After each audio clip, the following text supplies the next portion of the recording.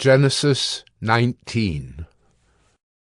The two angels came to Sodom in the evening, and Lot was sitting in the gate of Sodom. When Lot saw them, he rose to meet them and bowed himself with his face to the earth, and said, "My lords, please turn aside to your servant's house and spend the night and wash your feet. Then you may rise up early and go on your way." They said, "No, we will spend the night in the town square." But he pressed them strongly, so they turned aside to him and entered his house. And he made them a feast, and baked unleavened bread, and they ate. But before they lay down, the men of the city, the men of Sodom, both young and old, all the people to the last man, surrounded the house. And they called to Lot, "Where are the men who came to you tonight? Bring them out to us, that we may know them." Lot went out to the men at the entrance, shut the door after him, and said, "I beg you, my brothers, do not act so wickedly. Behold, I have 2 daughters who have not known any man. Let me bring them out to you, and do to them as you please. Only do nothing to these men, for they have come under the shelter of my roof." But they said, "Stand back." And they said, "This fellow came to Sojourn, and he has become the judge." Now we will deal worse with you than with them. Then they pressed hard against the man Lot, and drew near to break the door down. But the men reached out their hands, and brought Lot into the house with them, and shut the door.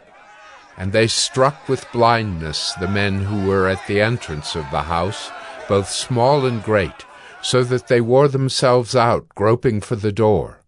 Then the men said to Lot, "Have you anyone else here? Sons-in-law, sons, daughters, or anyone you have in the city? Bring them out of the place. For we are about to destroy this place, because the outcry against its people has become great before the Lord, and the Lord has sent us to destroy it." So Lot went out and said to his sons-in-law, who were to marry his daughters, "Up! Get out of this place, for the Lord is about to destroy the city." But he seemed to his sons-in-law to be jesting.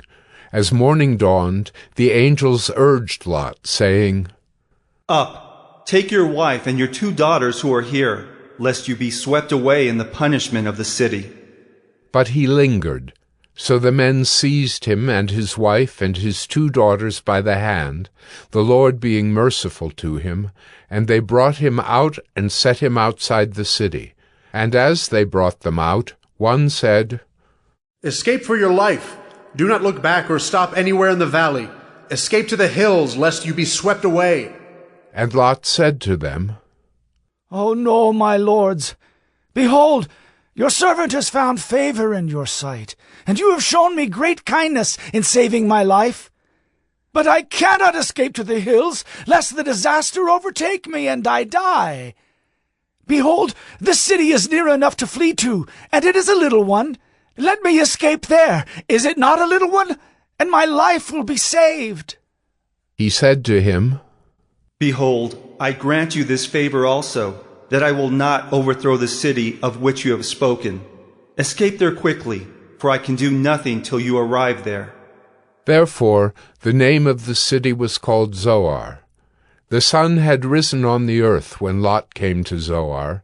Then the Lord rained on Sodom and Gomorrah sulfur and fire from the Lord out of heaven. And he overthrew those cities, and all the valley, and all the inhabitants of the cities, and what grew on the ground. But Lot's wife behind him looked back, and she became a pillar of salt. And Abraham went early in the morning to the place where he had stood before the Lord. And he looked down toward Sodom and Gomorrah, and toward all the land of the valley. And he looked, and behold, the smoke of the land went up like the smoke of a furnace.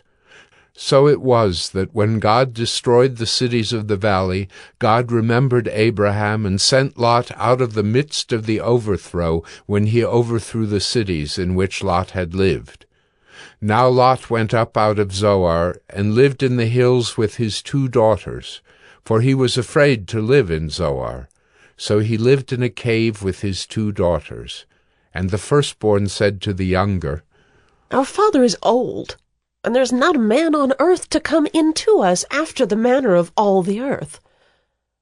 Come, let us make our father drink wine, and we will lie with him, that we may preserve offspring from our father. So they made their father drink wine that night, and the firstborn went in and lay with her father. He did not know when she lay down or when she arose. The next day the firstborn said to the younger, Behold, I lay last night with my father. Let us make him drink wine tonight also. Then you go in and lie with him, that we may preserve offspring from our father. So they made their father drink wine that night also. And the younger arose and lay with him, and he did not know when she lay down or when she arose. Thus both the daughters of Lot became pregnant by their father. The firstborn bore a son and called his name Moab. He is the father of the Moabites to this day. The younger also bore a son and called his name Ben-Ammi. He is the father of the Ammonites to this day.